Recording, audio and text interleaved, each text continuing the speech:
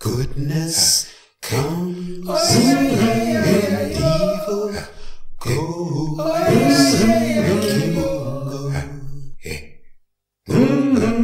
Kimungo. Kimungo ukumbozi, Kimungo ukumbozi, Kimungo ukumbozi. Divine liberty, divine liberation, divine freedom, and all that that will bring for African people wherever we happen to be on the face of this earth. Karibu, welcome. My name is Kwende, and today we're going to be discussing the very important subject of African history, specifically living African history. Living African history. Now, as a background, it's important just to highlight that African people are the primary people of the world, the first people to come into existence by a long way. And so as a result of that, African people have made the longest journey of any people, the most extensive journey of any people. And not only is it the most extensive, the most lengthy, but it's also the most spectacular. It's also the most magnificent. It's also the most rich, with all kinds of pioneering endeavors and pioneering thrusts of excellence in every sphere that has been brought to the fore throughout African life. And it's also yielded, as one of the grand expressions of this, the most magnificent and long-lived civilizations that the world has ever seen. And it would only take a cursory look at African history of the past for that to be realized. A cursory look at that. Now, the journey of African souls naturally is self-determined effort. What African souls determine for themselves brings about African history. That's the natural order of things. So all of those thousands upon thousands upon thousands of years of pioneering growth and development, of civilization's excellence, is self-determined by African genius flow. Of course, this is all energized by the orchestrations of the Creator Supreme and the energies of the sacred universe at large. But the African brought it into physical manifestation with genius flow in their own best interest, in their own divine and superlative way.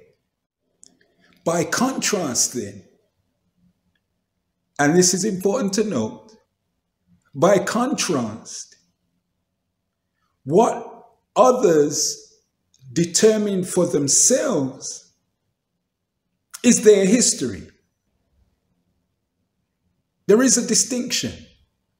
There is African history that is determined by African souls, and the experience that is charted or determined by others, that is their history.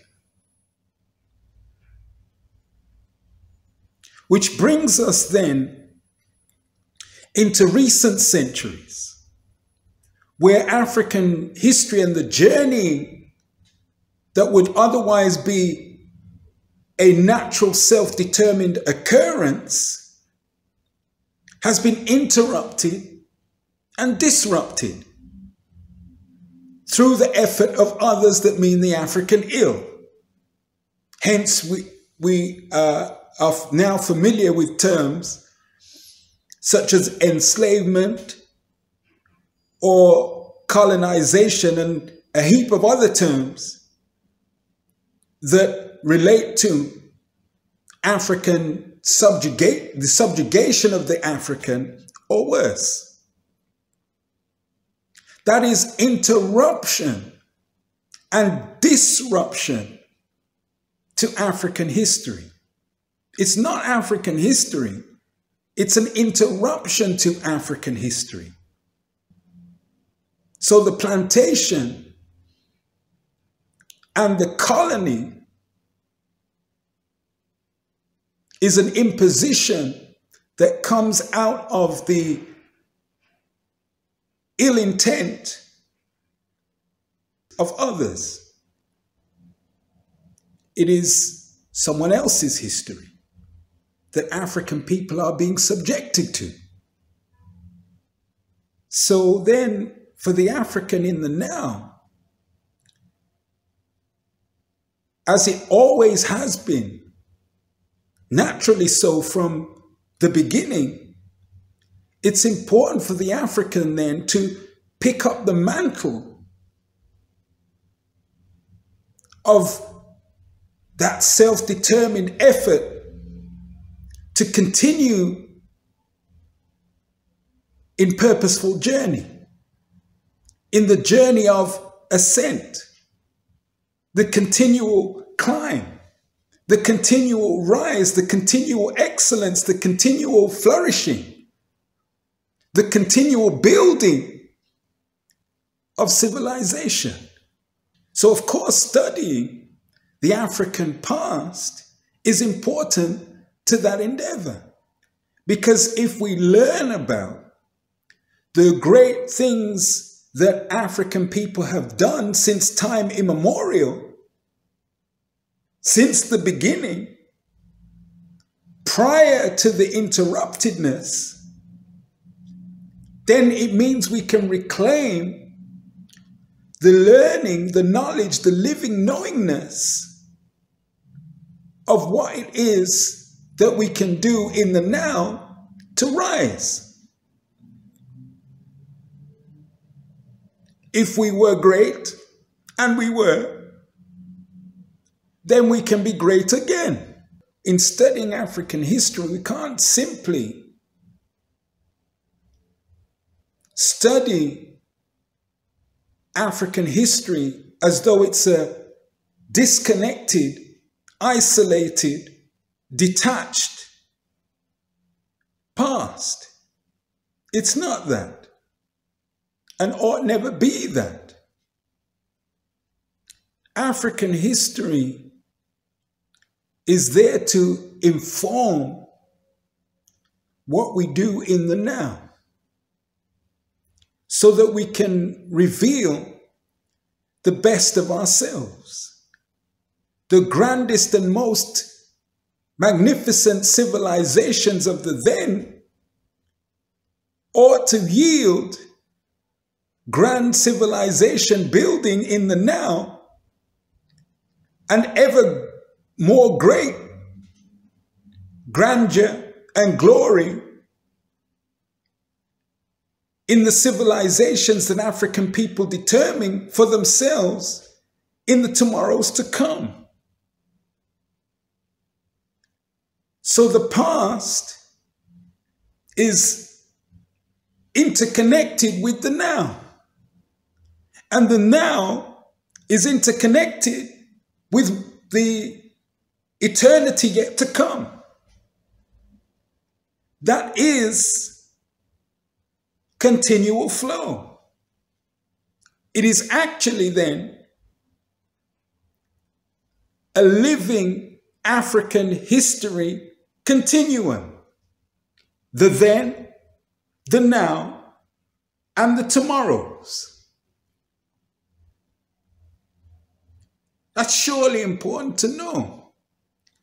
And three questions that highlight the significance of the African continuum. The African can ask of him or herself thus: what history have African people made? What history are African people making And what history are African people going to make? You see, and the answers to those questions bring about a responsibility in life, in living knowingness. This is what makes African history living African history. Because if we know what has been as a means to elevate ourselves in the now and project higher, more superlative elevation in the tomorrows to come, then it becomes fabric of life. Living history. African people live African history. African people are African history.